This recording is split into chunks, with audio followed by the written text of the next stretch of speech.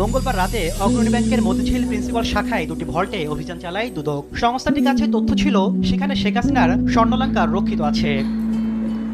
সম্প্রতি শেখ হাসিনার অবৈধ সম্পদের খোঁজে ভোল্টগুলো খুলতে আদালত থেকে অনুমতি নেয় দুদক। অভিযানে দুদক সহ ছিল রাষ্ট্রীয় বিভিন্ন সংস্থা। দুদকের মহাপরিচালক জানান, অভিযানে শেখ হাসিনার দুটি ভল্ট থেকে 832 ভরি স্বর্ণ উদ্ধার করা হয়েছে। তবে পূবালী ব্যাংকের ভল্টে কোনো কিছু মেলেনি।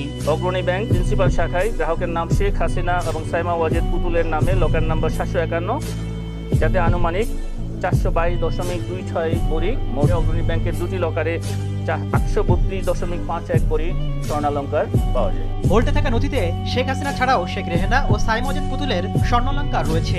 এই স্বর্ণের বৈধতা খুঁজে দেখতে কাজ শুরু করেছে দুদক। কিছু স্বর্ণালংকার তার ব্যক্তিগত ছিল, কিছু মেয়ের ছিল, তার বোনের ছিল। এই অনুসন্ধানের সাথে সম্পৃক্ত যেগুলো, সেগুলি তারা বিবেচনা করবেন। এদিন 2 কোটি টাকার অবৈধ সম্পদ ও 12.5 কোটি টাকার সন্দেহজনক লেনদেনের অভিযোগে সাবেক জনপ্রশাসন মন্ত্রী ফরহাদ হোসেন ও তার স্ত্রীর বিরুদ্ধে মামলা করেছে সংস্থাটি। দণ্ডবিধি সংশ্লিষ্ট ধারায় আরও একটি মামলা রুজুর সিদ্ধান্ত গৃহীত হয়েছে। এদিকে 8,000 কোটি টাকার সন্দেহজনক লেনদেনের অভিযোগে ইস্টার্ন ব্যাংকের চেয়ারম্যান শওকত আলী চৌধুরীর বিরুদ্ধে অনুসন্ধান করছে দুদক। এবার তার সম্পদ জব্দ, বিদেশ যাত্রায় নিষেধাজ্ঞা দিতে দুদকের কাছে আবেদন করেছেন একদল আইনজীবী।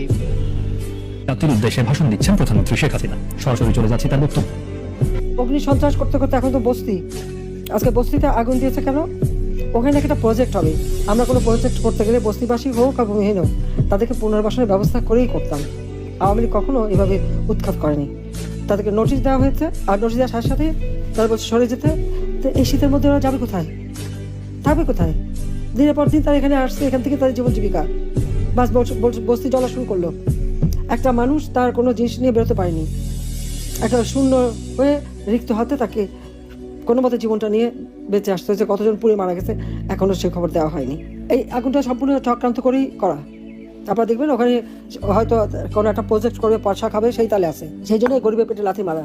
অগ্রণী ব্যাংকে আমার লকার, আর একটা ব্যাংকে পূবালী ব্যাংকে, সে পাকিস্তান আমল থেকে গণগেটের লকারই আমি রাখি, আমরা রাখতাম। এটা আমাদের পারিবারিক সবার। 1981 সালে আমি যখন ফিরে আসি, জিয়াউর রহমান যখন বেঁচে ছিল আমাকে কিন্তু প্রতিষ্ঠানে ঢুকতে দেয়নি। জিয়া যখন নিহত হলো, এরপরে সাত্তার সরকার অর্থাৎ বিএনপি সরকার ক্ষমতায় 12ই জুন 32 নম্বর আমার কাছে হস্তান্তর করবে। দোলাবাড়ি ময়লা সমস্ত ভরা জায়গা, রক্তের দাগ সব ওখানে আমার কাছ থেকে সই করালো 72 পাতা। বলো আমি আইনজীবী দ্বারা করবো, বাড়িতে তো মার্ডার হয়েছে, না সেটা হবে না। তারপরে প্রচার, কত শতকরি সোনা দানা পাওয়া গেছে, এই পাওয়া গেছে। আমরা হ্যাঁ পাওয়া তো যাবে, আমরা তো ভেসে আসা পরিবার না। আজকে আবার অগ্রণী ব্যাংকে তালা ভেঙেছে। কেন তালা ভাঙলো? চাবি তো আমার কাছে, আমি তো এখনো জীবিত আছি। তা আমি যেখানে এখনো জীবিত আছি আর মামলায় কেবল একটা রায় দিয়েছে, এই রায়ের সব ধাপ তো শেষও হয়নি, তার আগে কেন হাত দেবে? এটা তো ডক্টর মোহাম্মদ ইউনূসের ব্যাংক ডাকাতি, সে লোক দিয়ে ব্যাংক ডাকাতি করছে। সেখান থেকে সব সোনা দানা বের করে এত ভরি, আমরা হ্যাঁ ভরি তো থাকবেই।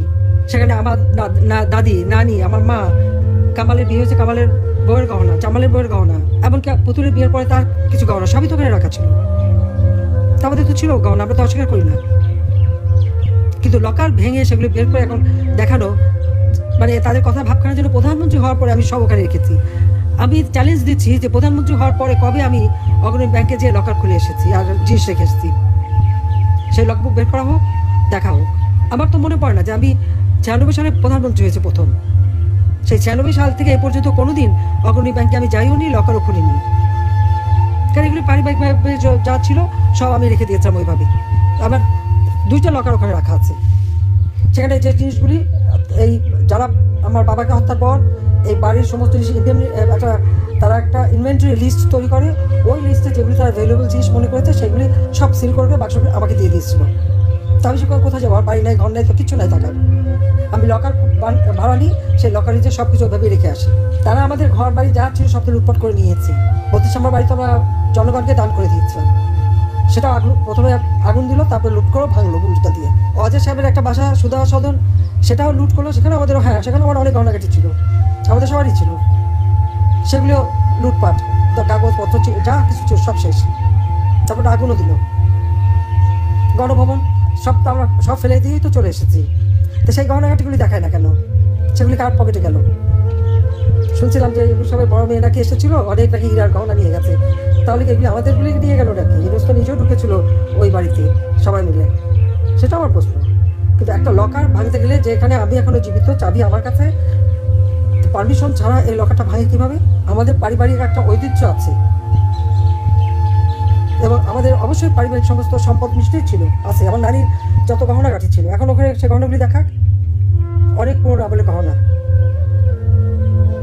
এখন শুরু করতে যে ওখান থেকে নাকি সব নাকি ওখানে রেখে আসছি। সেখানে আমি সব দেশবাসীকে আপনাদের মাঝেই বলতে চাই যে লাস্ট কবে গেছে আমি লকার খুলেছি আর কবে কি রেখেছি, ব্যাংকে কিন্তু ওগুলো হিসাব থাকে, সেটা দেখে তোরা কথা বলে।